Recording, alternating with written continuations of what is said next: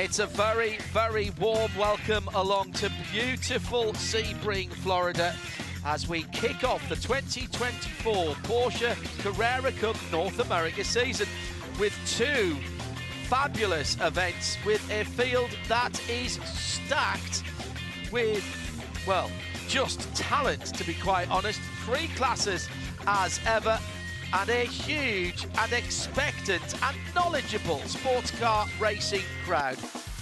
We're firing up the flat 6 4-litre engines. We're right in the middle of Florida, at the home of Formula One originally in the United States, and of course the home of endurance racing. It has been for many years. It's the 72nd running this weekend of the Mobil 1 12 Hours of Sebring, a brilliant compendium of a racetrack that includes long, fast straights and technical corners. Hello everybody, I'm John Hindorf. Alongside me is Shea Adam in the IMSA Global Broadcast Centre. A couple of little changes to talk about in terms of the class structure.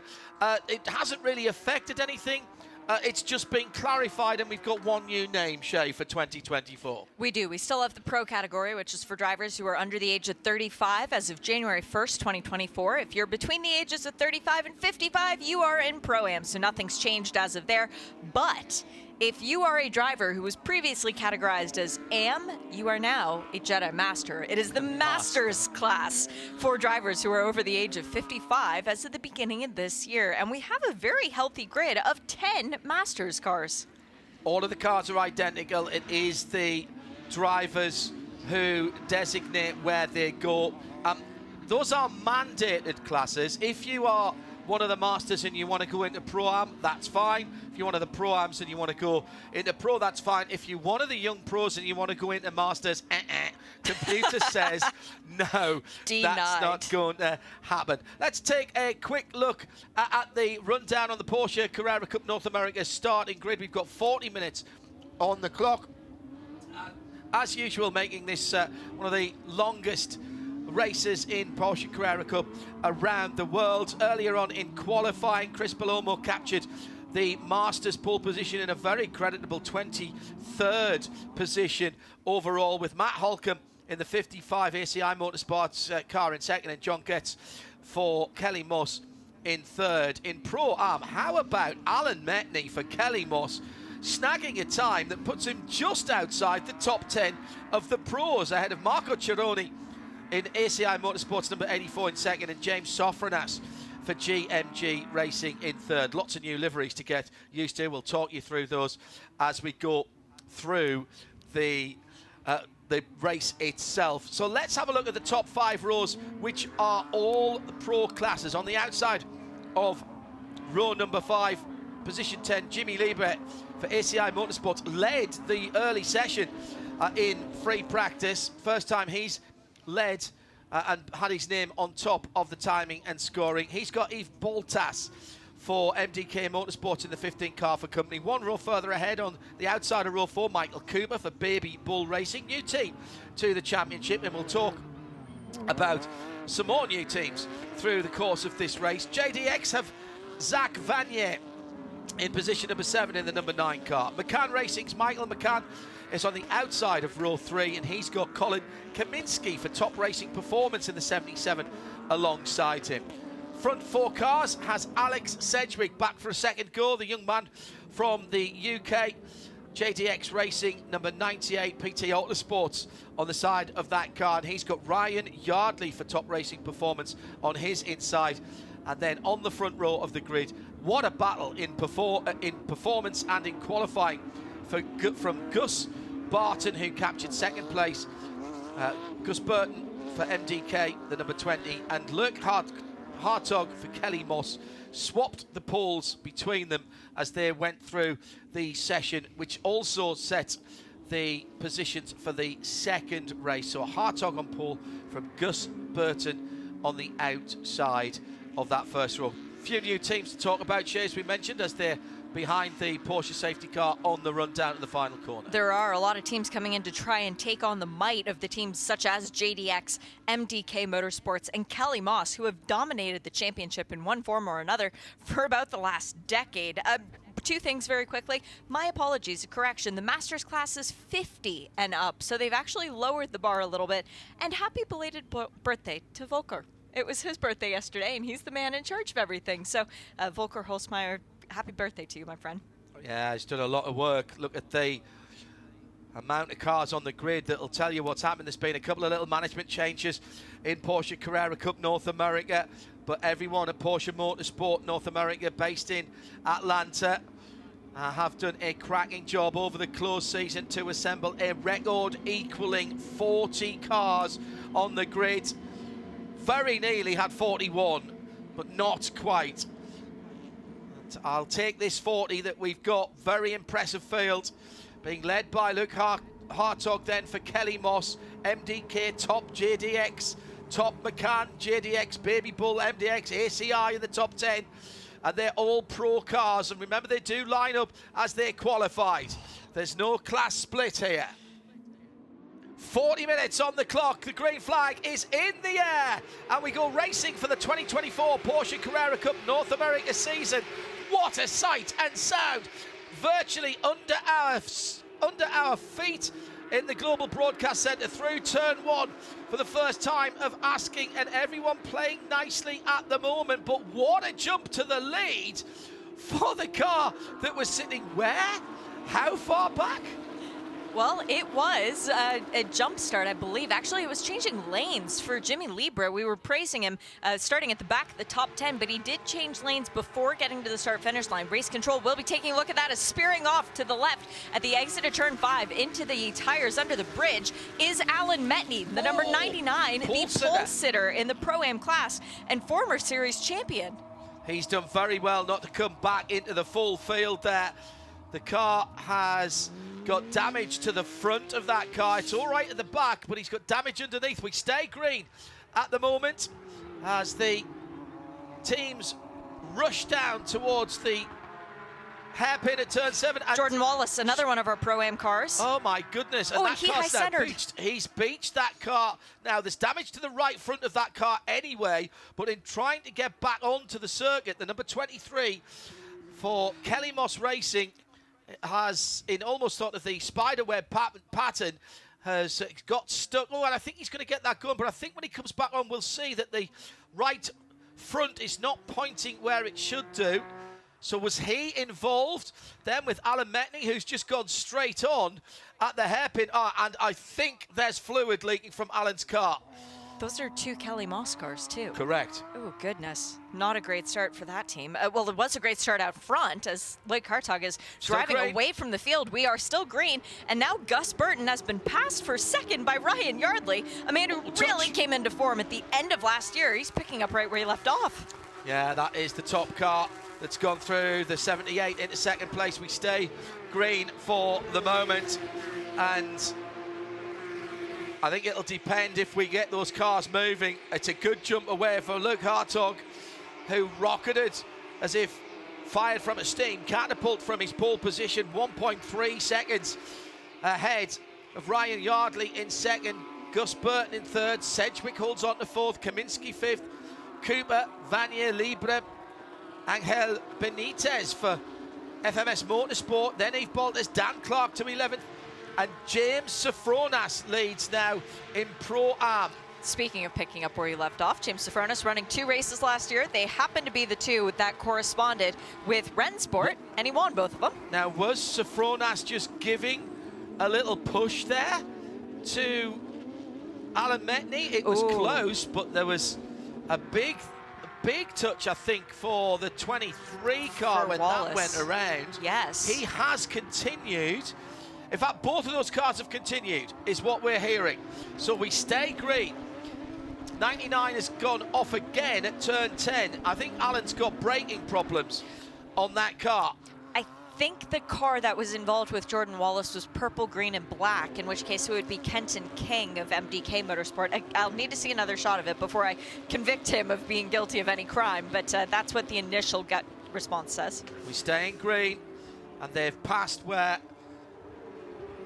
Alan Metney is off the circuit, so he may be in a safe position there. Let's pick up some of the battles. Colin Kaminsky, top racing in 5th position in the number 77.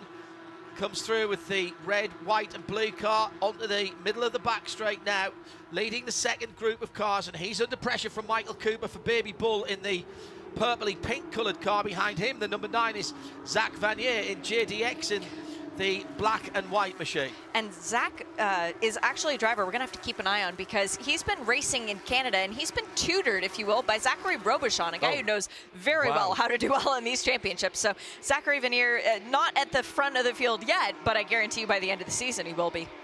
James Sofronas then confirmed as the leader in the Pro-Am category. He's got Marco Cironi, perennial championship contender, just half a second behind him. And then in the Masters, John Getz has come through.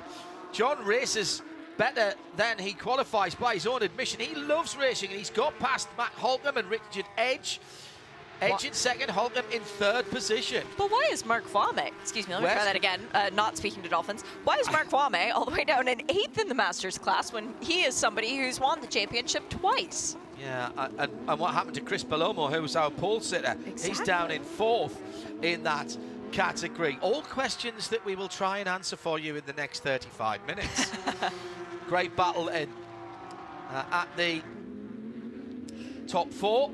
That is Kenton King in the number 74 MDK Porsche. Just waits as he comes back on so he doesn't ruin anybody else's race. He's at turn 7. Very well done. He's a man who's got a bit of experience racing in the Sprint Challenge, but he's new to this level of competition. And actually, he's one of the ones who's benefiting by the change to Yokohama tires for this season, because that's what he's raced on in Sprint Challenge. He was being a bit ambitious there. As we go to a full course yellow, we are going to see the safety car. I think this is probably for Alan Metney's car, or possibly we've got the, the 74 car has continued. Yeah, it's Alan Metney's car off on the runoff at turn 10, and it's a long way off the track, but that's a very fast entry to turn 10. The AMR safety team and the Chevy safety truck already there, and making sure that everyone is going to be safe. Thank you to all of our marshals and to the safety crews and medical staff. And thank you to Diane Swintal. I love the woman. She's always listening to us, John. Hello, Diane. She let us know that Mark Kwame lost all of his times in qualifying for TP, technical penalty, 24-2, meaning 2024, second race. All qualifying times were invalidated and car moved to the back of the class because the 43 Masters car was found to have a ground clearance below the mandatory minimum. Ride height, that translates to. Okay. Thanks, Diane. And all of those decisions are available on the Alcamel notice board, which is online for IMSA. Results.imsa.com. Easiest way to get to it. And you can see the live timing and scoring that we're watching in the IMSA Global Broadcast Centre, and what our colleague Brian Till many years ago termed the dancing ants, which is the little M&Ms going around the circuit, multicoloured dots. Well, at the moment, they're all in behind safety car number 1, being led by Loek Hartog, from Ryan Yardley, from Gus Burton, from Alex Sedgwick, from Colin Kaminsky, from Michael Cooper, Zach Vanier, Jimmy Libre, Angel Benitez, Dan Clark, Yves Baltus and Elias de la Torre are all pros. That's the top dozen who are all pros. They'll be line astern when we restart. There's nobody, no interlopers in there. James Sofronas for GMG Racing is in 13th and leads Pro-Am. Behind him is Michael McCann, so that gives him 1 car cover to Marco Cironi in the 84 ACI Motorsports car. And that's another change of, slight change of livery for Marco this year. Jeff Mosing back in the number 56. Same livery, the one we're used to. Thank you, Jeff. Yeah, thanks, Jeff. Top Racing, and that's the top 3 in Pro-Am. Then there's 3 pros, then Pedro Torres and Moise Uretsky, and then this Masters battle. John Getz has picked his way through. I suspect there was some carnage going on when we saw the 23 car getting spun out, and that then has allowed John Getz to use all his guile and experience to pick his way through, ahead of Richard Edge for ACI and his teammate Matt Holcomb in the Mystery Machine, the Scooby-Doo car. Chris Belomo has dropped another position back for Kelly behind his Kelly Moss teammate in Pro-Am, Efren Castro. So he's further back down the field than I would have expected as well. Carlos de Quesada in 5th and Scott Blind in 6th in Masters, and that takes you down to position number 28. This is our first caution of the weekend because we went completely in green racing. in Mazda. Yes, yeah, absolutely. So in racing, so we do get to see the beautiful Porsche safety car. If it goes missing, do not check my garage. Just putting that out there. It's not blue, is it, by any chance? It's not Miami blue. Yeah. No, that's okay. It's a Porsche. You take that, will you? I would take any Porsche in the world. We are getting a review for that Alan Metni incident. As you might imagine, it's going to be very difficult from the pictures that we saw to pull any real evidence out of that. However, I will say Race Control have a lot more resources than we do. Their room, Race Control's room, is above us now in the tower, but it extends almost the entire length of the tower, and it is filled to the brim with monitors that gives you screens of every possible vantage point that you could imagine that you would want. Perhaps a couple too many. As a matter of fact, a couple of views of camping. I've seen some pictures of some birds in nests, so they do see everything that happens around Sebring. Be warned. John Getz leading the Masters in the GT Silver, Purple and Blue car. And for John Getz, it's notable that he is no longer with Wright Motorsport. Oh, yes. He's with Kelly Moss. That's a good-looking paint scheme on that car. Lots of people have been busy with the liveries this weekend. Let's see if we can work out what happened to Alan Metni. Did he lose it on his own? Or was it the 4 or the 14 that pushed him around? Elias De Los Torres and James Sofranes were together on the track at the same spot, and in fact still are. I can't see any damage on the rear of Alan's car, but there was damage on the front. The problem being, of course, that there are all kinds of coolers there, including the oil coolers and the radiators. And it's really difficult to see who got off on Elias got off on the inside. The inside, Elias De La Torres, that is in the number 4 car.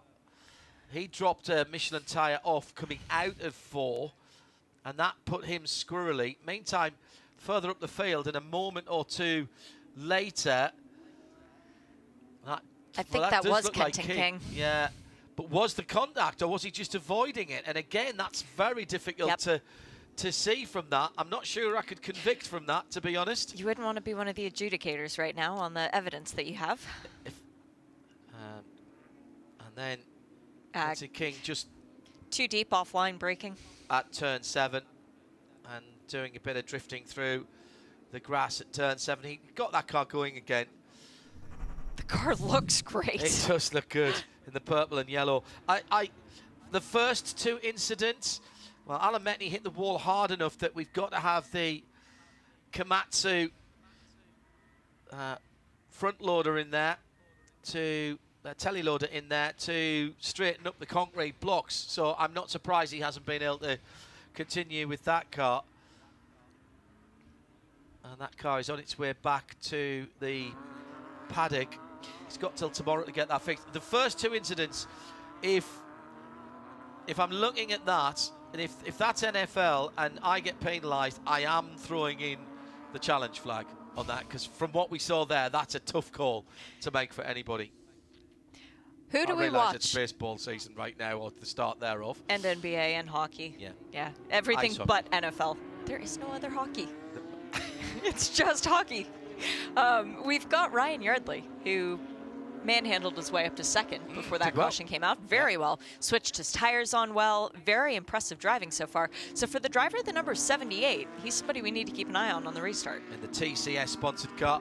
You mentioned and the tyres there. And the tyres. A new supplier for Porsche Carrera Cup North America as Yokohama come back to this category. Previous supplier for Porsche GT3 Cup in the IMSA paddock.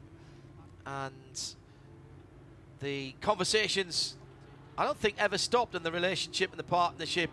Where at least they were still having sensible chats with Yokohama, and that was done at the end of last year. That deal was done. Yokohama, with great experience of Porsche racing, they supply all the tyres for the Sprint Cup Challenge, which includes a class for the 992 cars. But I'm led to believe, Shane, you've been looking into this.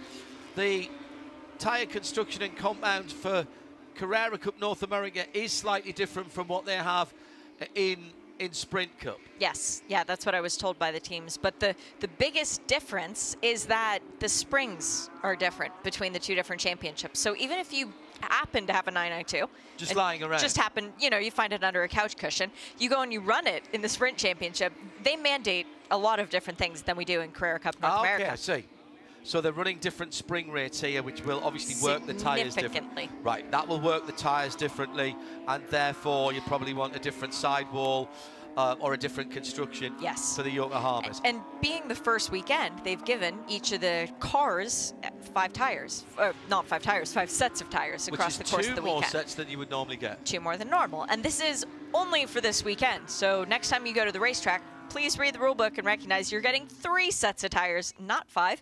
I can see some people potentially running afoul of that. As the lights are out on the safety car, we're going to go back to green this lap around. Well, this is a global event and being watched all over the world, and from back in Europe. And after 9 o'clock on a Thursday evening, Dave Alcock is checking in, thoroughly enjoying the great racing from Porsche Carrera Cup North America. Is it me? Are these cars moving around more on Sebring's notorious bumps? Is it tyres, suspension settings? Are the bumps worse? The bumps change, I will tell you that. They move from season to season. But also, as we've just been talking about, it's a new tyre, and therefore the teams are literally getting to grips with them. And it's not just a case of cut and paste your settings from last year. Hashtag respect the bumps, or as it says, because we're reading it upside down at turn 17 at the Mission Food Sunset Corner. The safety car lights are indeed off on that beautiful Carrera white Porsche that is leading the field at the moment. We're hearing that the incident involving Alan Metney and the number 4, and that has been identified as Elias de la Torres, will be reviewed after the race. And also that incident that spun round the number 23 of Jordan Wallace, the Calimos racing car, is also under review at the moment. I suspect the reason that that's going to be reviewed post-race is that they want to see some onboard footage. Bingo. Yeah, and that they can't do that. They don't have live footage during the race, but all of the cars in this championship are mandated to have onboard cameras, and they will pull the data cards afterwards. Just under 23 minutes to go, and Loek Hartog will restart. Absolutely airborne over the top of the notorious turn 17 bumps in the middle of the corner to the green flag, and it's a run for Gustav Burton. Gus tries to go around the outside in the number 20, the car with the yellow front, tries to reclaim second. Oh, he's done the old over and under, and he's done it brilliantly. Textbook stuff from Burton, goes back into second place. I thought he was being over ambitious there, Shane, to try and go round the outside of Ryan Yardley, but my goodness me, he timed that and put his car in the absolutely perfect position, and that puts the MDK Motorsports number 20 back up to second place. That was a beautiful move from Gus Burton. I haven't seen him race before. I want to see more of this, because that at Sebring going into turn 1, not the easiest move to make, but he nailed it. You might notice the side of his car slightly bare. Perhaps you want to come and sponsor someone who could be a series champion. I think Gus Burton just put some pretty good advertising out there. Yeah, and identified the number 74 Ken King MDK Motorsports car as the car involved in that second incident. And again, that is going to go and to be investigated after the race. They'll need a little more time to look at the onboard footage again there, and that's absolutely fair on everybody. If there is something untoward, then there could be a penalty for tomorrow's race. We'll bring you up to date with that in our live coverage back here on IMSA Radio and IMSA TV tomorrow. If you are listening around the circuit on 100.9 FM, you could be watching IMSARadio.com. Top left-hand side, the drop-down menu, and the first item is, I don't know, this is weird on a radio page, it is live video. Side-by-side action. Speedy Dan Clark and Angel Benitez. Yeah, and that is the 64 of Dan Clark, the green car going up the inside, managed to elbow his way through as Angel Benitez was trying to close him out, and Yves Boltas was right there as well, and he comes through. That was a case of over-defending, I think, probably there from Angel Benitez, as we've also had a car off the road further back. That is that's the Kyle Washington. Kyle Washington new colour scheme on the number 32 GMG racing car. That was on the restart down at turn 7. He's a little bit dusty, but no other issues there for that multicoloured car. Hartog by almost a second from Gus Burton. Back up into second. He's got 3/4 of a second on Yardley in third. That's what's going on at the head of the field. Then another 3/4 of a second back for JDX's Alex Sedgwick in the 98 car. Top racing, Colin Kaminsky there. More side-by-side action a moment or two ago. And a little bit of trading places. That was Jordan Wallace and Again. Naveen Rao getting together, as Wallace was a bit slow on the front straight. Yeah, 46 blue car for the Naveen Rao MDK Motorsports, and Jordan Wallace there. That's an overtake further up the field. For overall position, but not class position, as Saber Cook got around James Sofronis and actually left the door open so that Michael McCann could come through too. Michael is a solo car driving by himself effectively for his own team in that number 8, led the first practice session of the weekend and was the fastest time until we got to qualifying. And that number 37, Sabre Cook car for MDK. Notice she's changed teams. That's great just to see her back, to be honest. Yes. In that ease supported car, the white and shades of green car. Huge incident, not of her making at Indianapolis last year. If you were watching us with us, you will remember that one. That effectively took her out for the rest of the season. It did. With some of the after effects of that incident. She's trained hard to get herself back to physical fitness, and she's worked hard to get the wherewithal and the budget together to go with Mark Kwame's team. And welcome back, Sabra, for this particular season, and thoroughly deserving of her position on the grid, running in a solid 13th position at the moment. Pick a car, any car, they're all having a great race out here. Jimmy Ebert. How about Dan Clark? You want to talk about driving angry and being inspired? Well, after being pushed into the pit wall by Angel Benitez the lap before, he just set the fastest lap of the race, and that is a point. So we need to pay attention to that, because 2 points for pole, 1 point for fast lap. That's in the shades of green and grey car. I think actually that might be the GT Silver showing through, which is what the colour that the cars are all supplied in from Porsche Motorsport at Weissach in Germany. It's now Scooby-Doo leading. Matt Helcom to the 4 in the Masters class. He was 4th the last time I looked, so he's got past Chris Palomo. No, he wasn't. Sorry, he was 3rd, but he's got past Richard Edge, and Richard Edge has got past John Getz as well. Chris Palomo, who was our pole sitter, is still in 4th position. And Carlos de Quesada is not that far behind in that Masters battle either. Efren Castro is the interloper there, sitting in between the 2 ACI cars and the 2 Kelly Moss cars. So there's 2 ACI cars and 3 Kelly Moss cars in a line from the number 55 back in 22nd position. And that's the battle for the Masters class, with Efren being a Pro-Am car right in the middle of it. A 2-time series champion in that category as well. So Efren Castro is a guy who knows very well how this style of racing works, and he also knows that you don't have to win the first 2 races of the season, but it helps. There goes Kyle Washington through the twisters at the far side of the circuit. The leader is still Loek Hartog. We haven't forgot about that. Here comes a Positional pass down into turn 17 as the number 11 of Peter Ludwig tries to go by Carlos de Quesada, but has to drop back in, then bumps. The bump's taken very wide indeed. Did he pull the car back? He did. Scary moment there.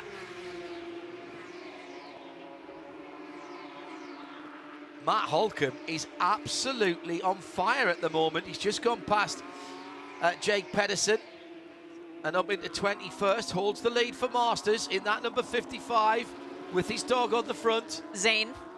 Looks like Scooby, but Zane. He's always going to be Scooby to me. Always going to be Scooby.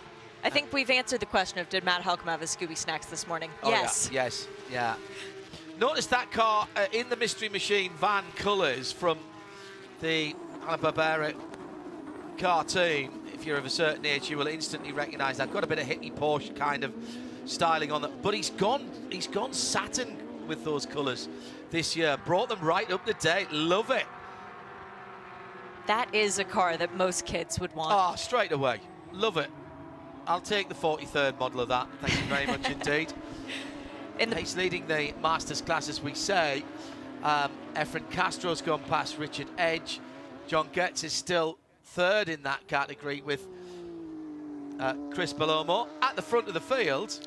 Loek Hartog has improved and done the purple best lap of the race. Yeah. He's bettered his own best and the overall best second sector, so he's looking to try and extend this advantage as well. But that doesn't mean that second place is screwing up, because Gus Burton has done his personal best the last lap around. Unfortunately, the personal best was 4/10 slower than Loek.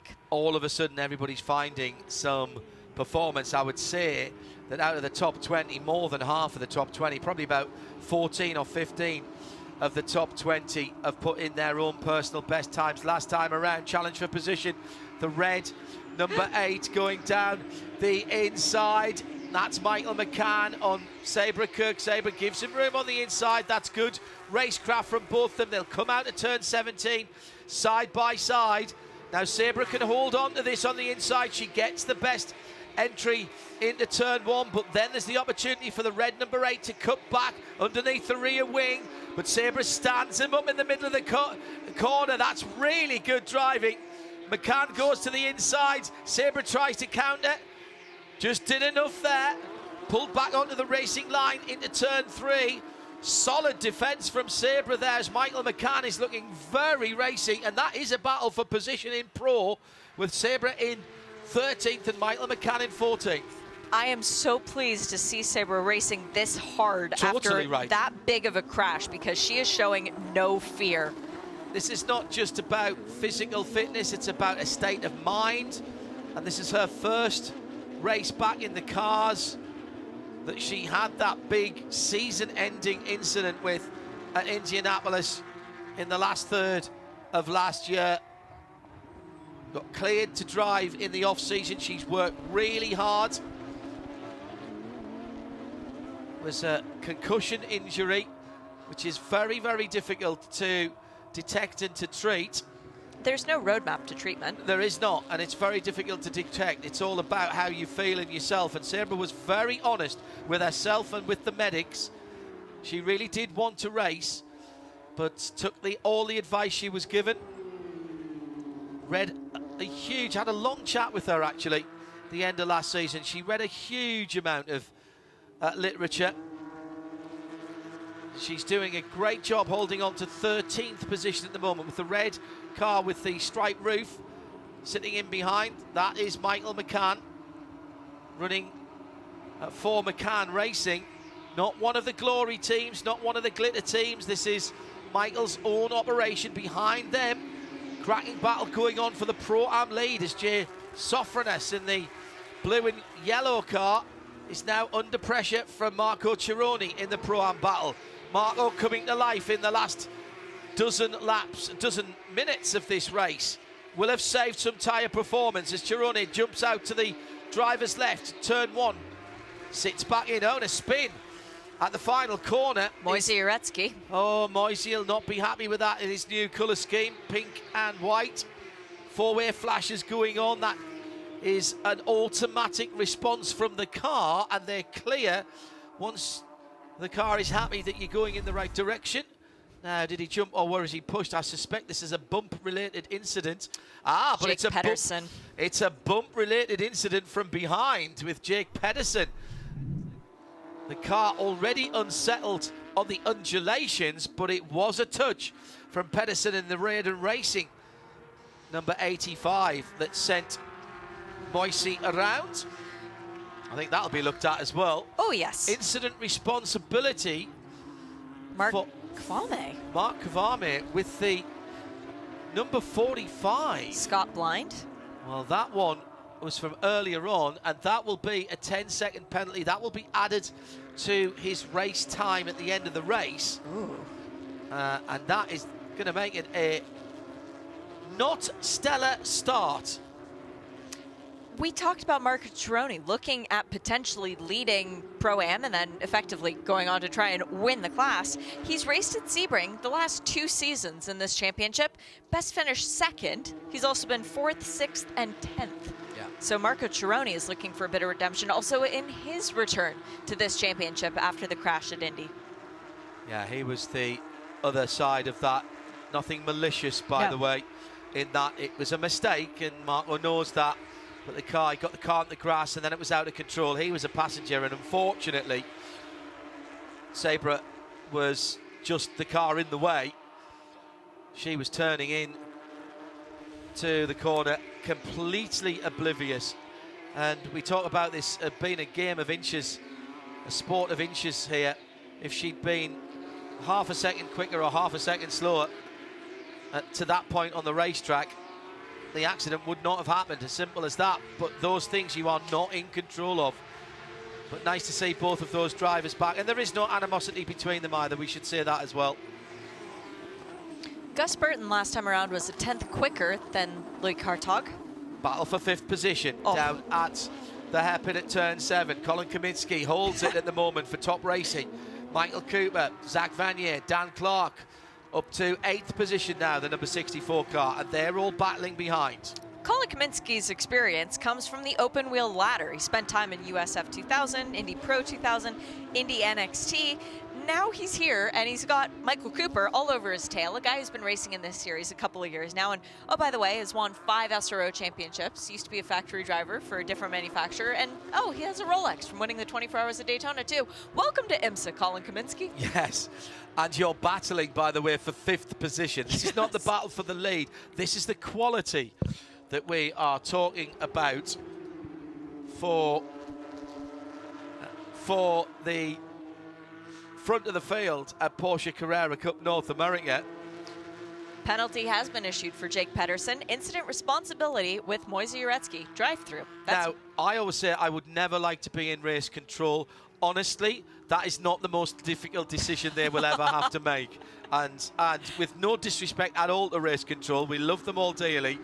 I think we probably could have called that from here. But you know the good thing about that? That's been called quickly, really quickly. It's not going to allow Pedersen to come back through the field, but that shows that they're right on top of it. They're dealing with things as they happen. Down into turn 1, up the inside for that pink car. Around the outside goes Zachary Vanier trying to make the pass. That is the battle for 6th and 7th. Michael Cooper holding on the inside. And here comes Dan Clark in the silver and highlighter coloured car. And he's going to be able to get through as well. I think he's got the preferred line through the left-hander, but will have to go wide on the right-hander. Who's on the inside of the whole battle there? That's Jimmy Ibra, isn't it? In the red and white car. That was a missed opportunity for Zach Vanier because he tried to go around the outside of Michael Cooper. It opened him up and exposed him to Dan Clark. And now Dan Clark, in trying to get by Zach Vanier, has opened himself up to Jimmy Libra. Dan Clark's not finished with this yet. No, hang on. This was my spot, Jimmy. Jimmy, stop doing this. I was trying to overtake the 9 car ahead of us, that black and white one. What are you doing? Right, I'm going to have to go around the other side of you now. Jimmy. Jimmy. And behind them with a grandstand view is Yves Baltas for MDK Motorsports, as off at turn number 7, Carlos de Quesada. one of the finest livery changes I think we've seen in the offseason. We're used to seeing Allegra Motorsports cars running with green and white and yellow. Carlos has gone full-on American with a silver, red, blue, and black car. It's 2 offs in recent times. It was turn 1 and then turn 6. Oh, he got help at turn 6. And I'm afraid it's Kenton again. It was Kenton King, but where was he supposed to go at that point? He was on the wrong side of the track. We've seen him have braking issues there before. Probably wasn't slowing the car down enough. Carlos de Quesada is not a driver we see make very many mistakes. Kenton King is not a driver we know very well yet. True enough. In the battle for the minor positions, 5th on down, Kaminsky still in 5th place for top racing in the 77. Crosses the line now. Just under 6 minutes to go. Then it's Michael Cooper. Then it's Zach Vanier. Then Dan Clark. Jim has got back ahead of Jimmy Libra. Those two are having a conversation, I'm telling you that now. The 15 car. In the car right now they are. They're talking to each other without talking to each other. Yeah, they're talking to each other, just the other one can't listen, can't hear the other side of the conversation. Yeah, absolutely right. Then the black and yellow car of Yves Baltas for MDK Motorsport. What's Yves' story? Went over and did some Supercup racing. Decided to come back to racing in North America. He's a North American by birth, lives in New York City. And this whole experiment running over in Europe was because of COVID. But now he's finally able to back race in North America. Now to the Pro-Am lead, James Sofranas and Marco Cerrone still running together with behind them Madeline Stewart for JDX, the number 15. That car is one of the pro cars. Madeline is someone who's actually got a great deal of experience racing in Porsches down under, Kiwi. A lot of experience with Earl Bamber Motorsports, actually. She ran the Porsche Sprint Challenge last year, 3rd in the Pro-Am category, and she won the Porsche New Zealand Scholarship back in 2021, ran Carrera Cup Australia in 2021. So she's not a stranger to Carrera Cups. She owns a gym on the Gold Coast, actually. So it's pretty cool to get to see her come over and run in North America in the big leagues this time. One of my favourite places to spend some time up on the Gold Coast or the Hunter Valley, further down New South Wales. Sanctuary Cove is a place I've been to a couple of times and enjoyed it up on the Gold Coast. Now it's very nice. Love the Australian lifestyle. Not been to New Zealand yet. That's a big miss, I've got to say. Still having a cracking battle for 6th position as Michael Cooper in that purple car is under pressure now from Zach Vanier. The JDX car gets the outside. Now again, we'll try to cut back and get to the left-hand side of the racetrack after turn 1. The opportunity's there. The door's being left open and a little bit of a slide by the 88. Cooper covered across. Now, was that blocking? Was he moving in response? Efren Castro's had damage. He's got rear bumper components that are hanging off. Oh, yeah. Massively off at 17. And he's thrown the front splitter off that's just been run over by, that's the new multicoloured car, isn't it? Of the GMG racing car of Kyle Washington that ran over that little front splitter. So that's both of there it is on the racetrack. It is a piece of rubber that fastens onto the bottom of the splitter, and it's absolutely essential to how the car runs. Ooh. It was rear first for Efren. Just slightly too wide, almost at the exit of turn 17, kissing both ends of the car with the tire barrier, but able to continue around. But that's both of our Pro-Am champions. We've only had 2 in the 3 years, finding trouble in today's race. Another bit of work for our race control panel, as there's an incident between Carlos de Quesada and Kenton King. Oh yes, of course. That was down at turn 7. Yeah. It's just a warning, which I think is fair. Yeah.